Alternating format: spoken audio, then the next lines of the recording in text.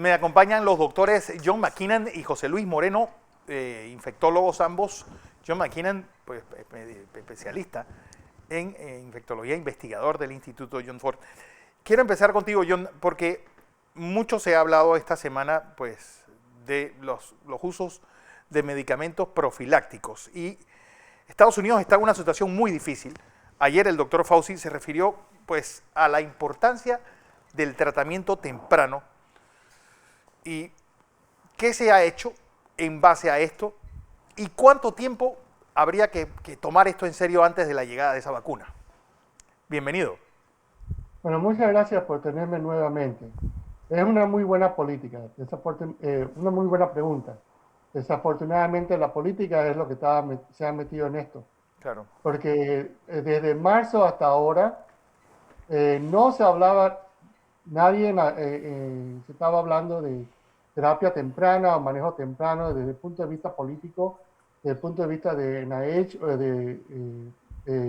por ejemplo, de Dr. Fauci o todos estos, no estaban mirando esto seriamente, lo habían dejado, no había estudios que se estaban apoyando, aparte de NIH, para hacer nuevos estudios de terapia temprana. Todos los estudios se habían cerrado tempranamente antes de haber completado los estudios. Y ahora, con la nueva ola de casos que se ha venido, y como ya perdió un poco el impacto político de estar contradiciendo el uso de medicamentos tempranos como hidroxicloroquina y otras terapias, ahora se está viendo que se está moviendo la aguja Sí. en tratar de comenzar esta terapia. Y vemos que mañana el Senado americano va a tener una comisión, una reunión específicamente hablando de terapia temprana. Y varios de los doctores que están proponiendo la terapia temprana, las estrategias, el manejo temprano, como el doctor McCullough, va a estar hablando en esa reunión con el Senado americano. Pues de eso te quería hablar porque, pues, ya que el Senado esté tocando esto, pues la visión tuya de Estados Unidos. Michigan es un estado que ha recibido muchas críticas por parte del propio gobierno central en el manejo de esta pandemia. ¿Cómo ves a la distancia la forma como Panamá está tratando el manejo de la pandemia?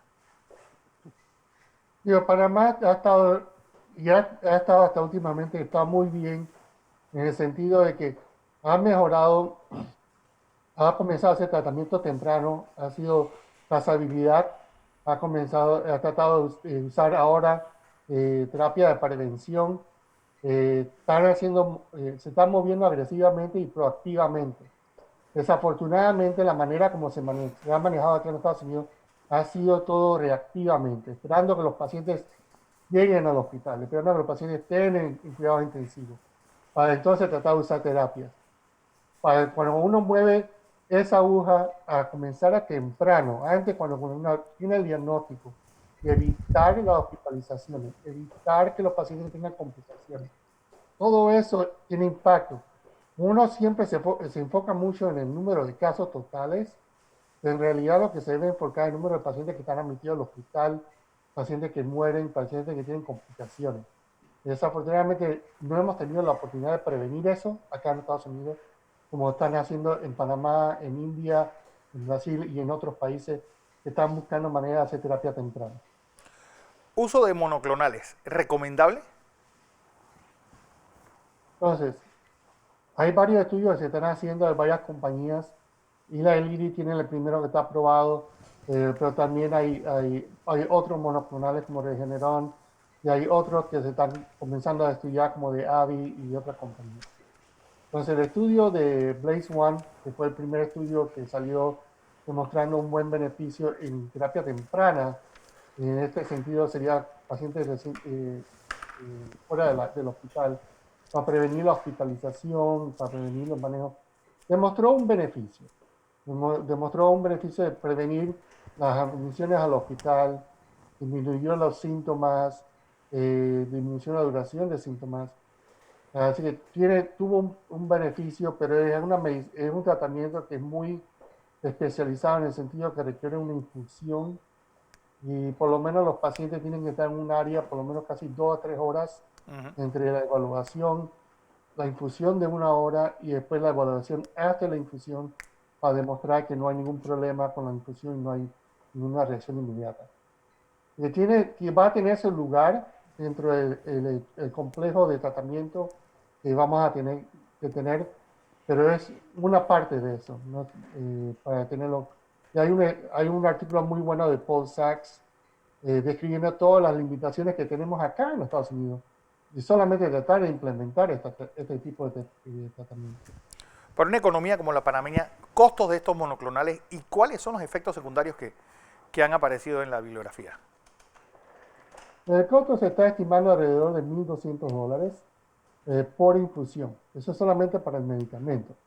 No los costos relacionados al manejo, a la observación y a la visita médica o clínica para tener para hacer todo esto. Los estudios que se publicó desde Blaze One, principalmente para Eli Lilly, demostró principalmente problemas de gastrointestinales.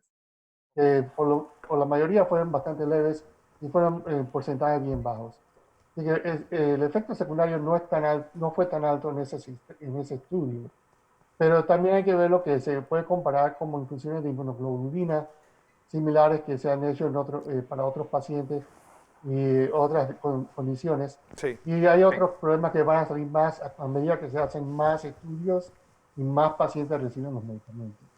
Así que por lo menos por ahora los efectos secundarios principales han sido menores, Sí. pero eso solamente fue un estudio. Don José Blandón está con nosotros, John. Buenos días, doctor. Muy buenos días. Un placer tenerlo aquí con nosotros. Oiga, quiero hablarle para ver si nos puede poner al día con respecto a las vacunas. He leído la información que publican las empresas productoras de la misma Pfizer y Moderna y obviamente ellos tienen una intención como empresa interesada en vender su producto. Algunas interrogantes quedan para saber esto. Primero, si ya los estudios técnicos están accesibles, se puede leer, aparte de lo que diga Pfizer, lo que dicen los estudios técnicos de esta vacuna. Dos, en el caso de Pfizer, ¿cuán difícil será la distribución con una necesidad de refrigeración de menos 70 grados centígrados? Y tres, ¿esta vacuna realmente nos asegura lo que ellos dicen, 95% de eficiencia para el uso de la misma? Bueno, vamos a comenzar con lo más sencillo. Las vacunas, todos los estudios que se están publicando ahora, los resultados no han publicado, que se han dado por las compañías a nivel, ¿cómo se llama?, de comunicación social, comunicación a las medias, notificaciones que no ha sido publicado en un artículo científico. De que ninguna de las dos compañías, ni Moderna ni Pfizer, tiene un artículo científico publicado.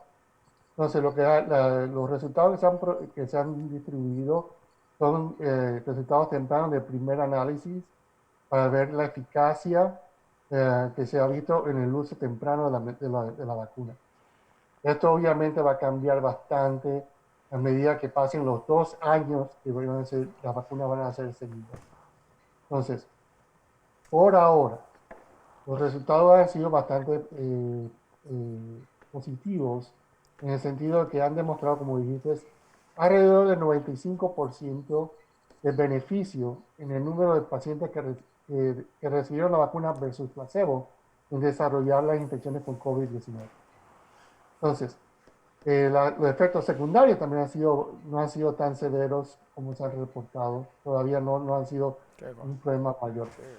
Pero sí va a haber problemas, como has dicho muy claramente, en la distribución de las vacunas. Primero, porque hay que producir vacunas a una escala muy global. Sí. Y va a ser muy difícil. Cómo se mantiene esa vacuna en temperaturas correctas, por ejemplo, como estás diciendo, menos de 70 grados, eso va a limitar que no la vas a poder tener probablemente en un centro de salud en las tablas, vamos a decir, no vas a poder hacer eso. Vas a tener que tenerlos en centros médicos hospitalarios que tienen esa capacidad de mantener los medicamentos y mantener ¿cómo se dice? La vacuna en un estado estable a través de todo el camino hasta el momento que se va a administrar. Y entonces también va a haber el problema de los costos.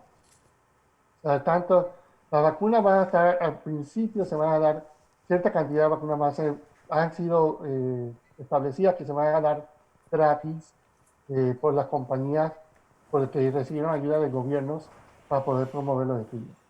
Pero eso no va a ser suficiente para cubrir totalmente la población mundial. Así que los costos va a ser algo que vamos a tener que ver más adelante, a ver cuál va a ser el costo a nivel. Entonces ya cuando tengamos más resultados, especialmente ahora con las nuevas olas de casos, Sí. se va a ver qué tan efectiva va a ser.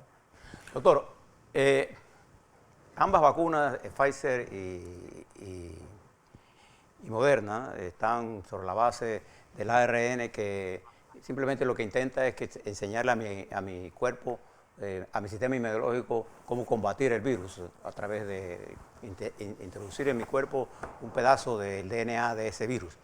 Mi pregunta es la siguiente. Esta vacuna, de acuerdo a la información que usted dispone, me produce a mí cura para mí, pero me impide la transmisión, o hace las dos cosas, porque para mí no está clara la información que publica la empresas, qué es lo que hace realmente con respecto a mi sistema en cuanto a mi cura y mi capacidad De no contagiar. de no contagiar. Bueno, eso va a tener que ser algo que se va a tener que ver, porque al principio todas las vacunas funcionan en la misma manera, en el sentido de que uno no está protegido que no va a ser expuesto. O sea, todo el mundo va a tener la capacidad de ser expuesto al virus, tenga vacuna o no tenga vacuna. Cuando tú tengas el virus va a tratar de replicarse. Ahí es cuando, si has sido vacunado, entonces el sistema inmune, si ya tiene la memoria que te dio la vacuna, entonces va a poder responder más rápidamente para aclarar el virus de tu sistema. ¿Qué tan rápido eso pasa? Eso depende de cada persona. Y si hay un riesgo de que tú puedas pasar la enfermedad, puede ser, eso va a ser un riesgo teórico. Entonces habrá que ver demostrarlo después más adelante si eso pasa. Claro. Pero la respuesta inmune toma tiempo. La ventaja que tú tienes con una vacunación es que la respuesta inmune es más inmediata y tú tienes capacidad de producir anticuerpos mucho más rápidamente que las dos semanas que toma cuando tienes una infección natural. Es que sobre eso está con nosotros también el doctor José Luis Moreno, él es infectólogo. Doctor, porque hay confusión. ¿Este virus produce inmunidad duradera o no? Buenos días. Bueno, tenemos problemas con el audio del doctor Moreno. Pues que encienda el micrófono, doctor, que no le estamos escuchando. Pues esa es una de las grandes dudas que hay. ¿Realmente este virus nos produce, él per se, inmunidad a largo plazo? Buenos días, doctor. Muy buenos días, ¿cómo están? Bien, gracias. Sí, realmente recordemos que estamos ante una infección viral nueva. Sí. Es un virus nuevo. Todavía no se han escrito las últimas palabras sobre el comportamiento clínico de esta entidad. Por ende, la inmunidad aparentemente hay casos en donde se está hablando de reinfección, porque se piensa que la inmunidad no es tan prolongada. Sí. Pero en la gran mayoría de las personas hasta ahora esa no es la tónica. O sea que realmente no me atrevo a decir qué tan prolongada va a ser la inmunidad. Como bien dice John, la inmunidad, cada persona va a responder dependiendo de su sistema inmune, ¿no? Doctor, en Panamá el número de recuperados es mayor al número de infectados a diferencia del mundo. ¿A qué se está debiendo eso? Sí, mire, qué buena pregunta me ha hecho, porque en el día de ayer hubo un informe y yo creo que es muy importante puntualizar algunas cosas. En el último informe se dice que hay un 86.2% de recuperados, que cuando lo comparamos con las cifras a nivel mundial, pues estamos bastante bien. A nivel mundial es de 64.3%. Esto es un indicador estadístico que nos está revelando que hasta la fecha actual el manejo de la pandemia en nuestro país ha sido muy bueno y John desde afuera lo está viendo muy bueno. Este resultado es multifactorial y entre ellos podríamos mencionarle algunas medidas que se han tomado, como la intensificación de la trazabilidad y el número de pruebas aumentadas o intensificadas en cuanto a que permiten el seguimiento e identificación de los casos, el aislamiento efectivo de los contagiados en sus casas y hoteles, el kit que contiene algo muy importante que es el oxímetro de pulso para cada núcleo familiar y el uso de los concentradores de oxígeno también, que es muy importante en los hospitales. Consideramos muy importante recalcar que en la mayoría, que ha habido una mejoría de los indicadores epidemiológicos y esto se debe realmente al uso creemos, al uso de otros medicamentos, entre ellos como la hidroxicloroquina, que en las fases iniciales de la infección se ha estado usando y ahora la estamos intensificando en cuanto al uso profiláctico en los últimos meses. Y que esto todo ha contribuido a estos datos que nos están dando. El MINSA también tenemos que reconocer que ha avalado el uso de la hidroxicloroquina, pero sentimos que no con tanta formalidad como fuera necesario para poner mejores frutos. Es importante que todas estas acciones veamos que sí han dado frutos. La letalidad en Panamá es de 1.98 y a nivel mundial es de más o menos 2.41 por allí. La disponibilidad de las camas en nuestra área hospitalaria es de 45%. Eso es muy, muy importante en este momento. Y en las UCI está en 30%. Y los activos están más o menos en 11%. Y fíjense que a nivel mundial los activos están casi que 3 veces el 30%. Yo quisiera advertir, porque esto, tuve la oportunidad de anoche leer el comunicado de la Facultad de Medicina que escribe el doctor Enrique Mendoza, que estamos en la antesala de un repunte o fase de reaceleración de la pandemia como consecuencia de la apertura casi total de la economía y que eso está evidenciado claramente en las últimas semanas. ¿Por qué? Porque está habiendo un aumento del RT, fíjese que ya estamos a 1.19, un aumento en el 38 y tanto por ciento de los casos reportados y además también hay un aumento de casos positivos. Hay un epidemiólogo en la Escuela de Higiene y Medicina Tropical de Londres que pronostica que estas cifras van a aumentar y van a ser muy superiores a las ya reportadas en este próximo periodo. Yo creo que tenemos que voltear las miradas hacia Europa.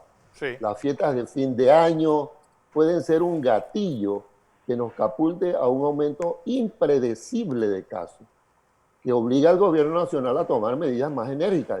No me gusta decirlo, pero no hay que descartar un nuevo cierre. Mire que en Europa están volviendo a cerrar y a encerrar a la gente. Yo creo que el pueblo debe tomar conciencia y cumplir estrictamente en forma compulsiva las medidas que ya son hartamente conocidas, la mascarilla, el escudo facial, la higiene de manos y el distanciamiento social. Pero yo pienso que es muy importante que esto se haga cumplir. Claro. Las recomendaciones como única, y al final diría yo, que recomendamos que como única medida farmacológica disponible es la hidroxicloroquina en tratamiento temprano, que ya se está usando, Sí. como dije, no como me gustaría ver usarla, y que ya tenemos que también comenzar a pensar en la profilaxis con el propósito pues, de salvar vidas y evitar el colapso de los servicios de salud y la economía del país. Recordemos que la batalla del COVID se gana en las calles, no se gana en los hospitales. En los hospitales vemos ya el fracaso de la prevención.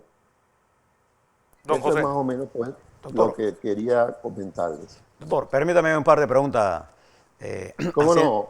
Haciendo uso de su Ingeniero. conocimiento como infectólogo panameño. La pandemia nos ha enseñado muchas cosas nuevas, a todos. Hoy sabemos qué es el RT, sabemos de genoma, sabemos de medidas de contención. Tenemos una sociedad, aquí en Panamá y en Estados Unidos, una sociedad más preparada. En los Estados Unidos, doctor, el problema ha sido que el mensaje desde arriba hacia todo, hacia abajo, ha llegado confuso. Mientras el presidente dice que no hay que usar mascarilla, los médicos dicen que hay que usar mascarilla. Mientras el presidente dice que el virus está controla aquí a la esquina, los Estados Unidos están en una situación de explosión. Pero en el caso de Panamá, doctor, Claro. observo lo siguiente. Nosotros no somos médicos, nosotros hacemos los análisis matemáticos de las cifras que tenemos y preguntamos a los médicos para que nos expliquen. Cuando uno revisa las cifras de Panamá, encontramos que hay un incremento en los casos positivos, pero una cosa que nos llama la atención es que en el caso de en las unidades de cuidados intensivos y cuando vemos la mortalidad en los últimos, digamos, 2 meses para darle un corte a la línea y no tener todo, porque la mortalidad siempre, si usted la toma en su totalidad, como el denominador es igual, porque es toda la población, cualquier cosa que le ponga al numerador va a aumentar, pero si yo lo secciono, me doy cuenta que la mortalidad de los últimos en Panamá ha venido cayendo. Entonces la línea de proyección mía dice que estamos a la baja en términos de mortalidad porque se está haciendo un gran trabajo en las UCIs. O sea, la primera cosa. Mi pregunta es, ¿qué cosas estamos haciendo nosotros allí que no está pasando en otros países? Una. Dos, ¿usted conoce de algún estudio epidemiológico que en el caso nuestro de Panamá nos diga a nosotros qué población es más afectada? ¿La blanca, la negra, la indígena? ¿Hay algún estudio epidemiológico que nos diga a nosotros eso? ¿O qué enfermedad es la que más provoca la posibilidad de muerte? Bueno, en primer lugar, agradezco la pregunta porque me da la oportunidad de comentarles que lo que estamos viendo en la mortalidad, o sea, lo que estamos viendo en las UCIs, Sí. es el fracaso de lo que no hicimos tempranamente. Yo creo que debemos estar claros en esto.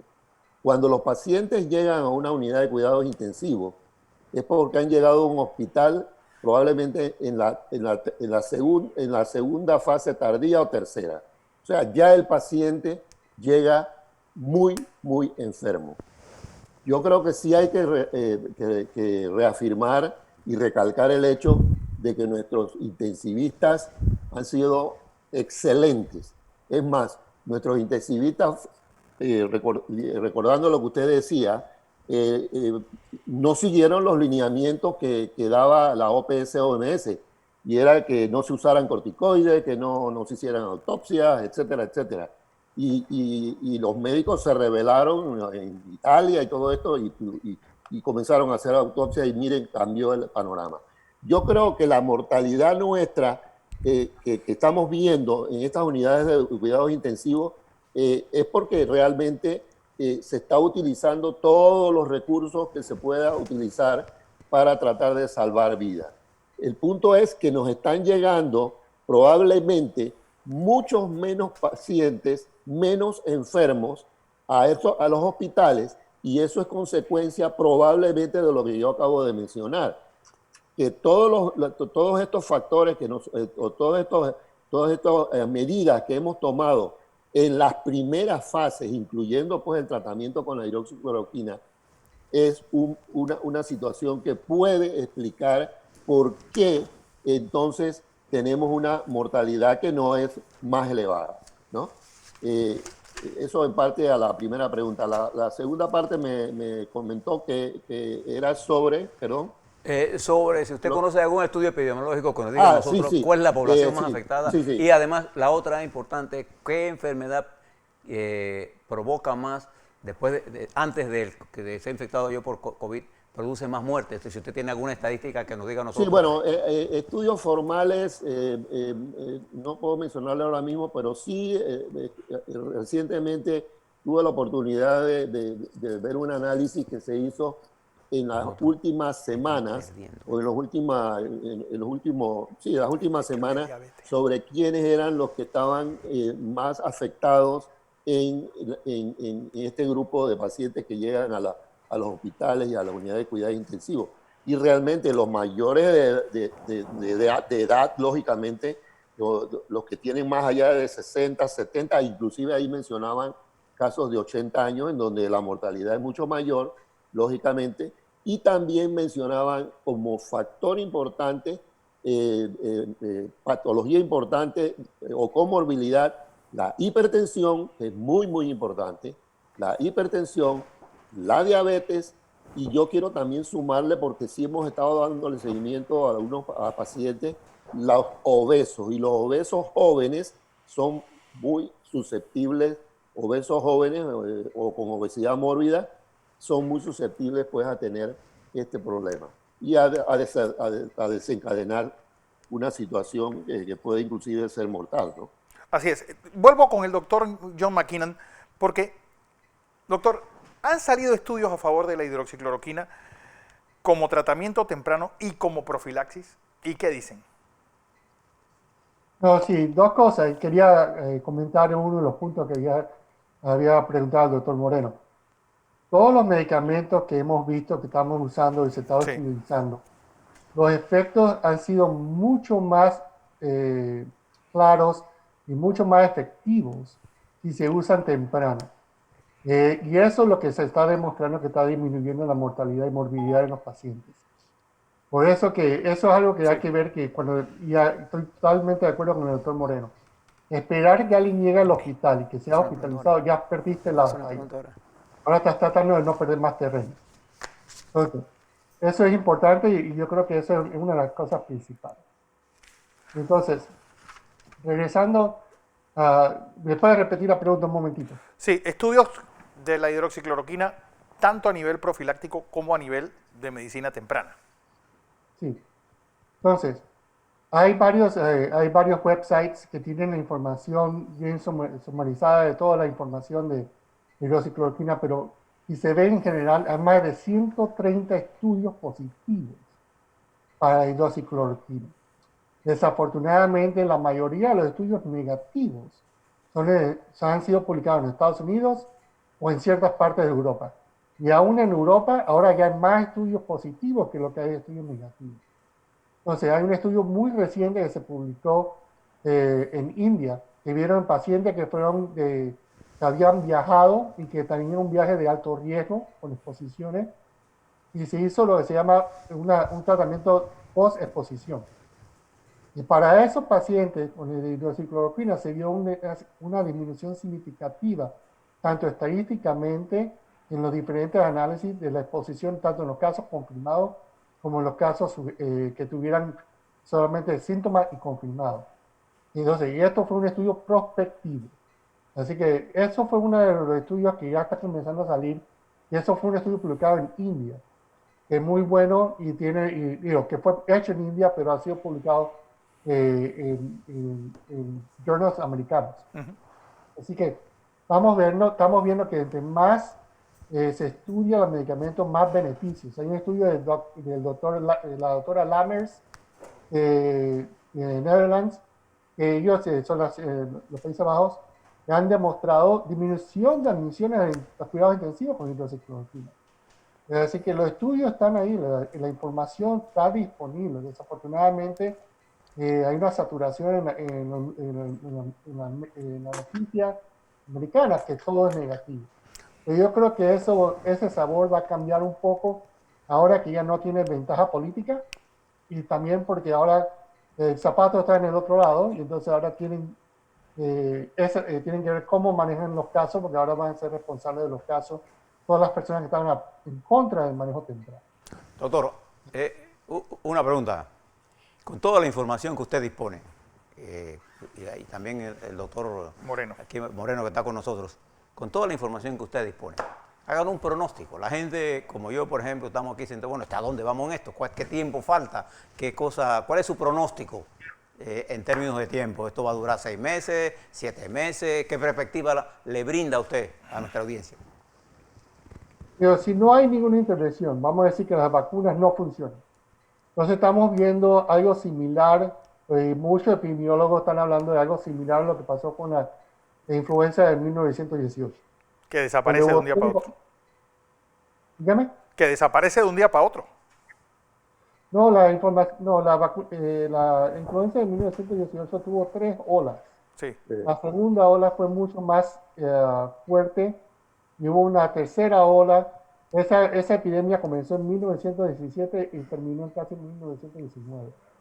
de que fue una epidemia bastante severa, pero ahora tenemos la ventaja que por el manejo de Estados Unidos y otros países de promover las vacunas, se va a ver la oportunidad de vacunar a una población a gran escala.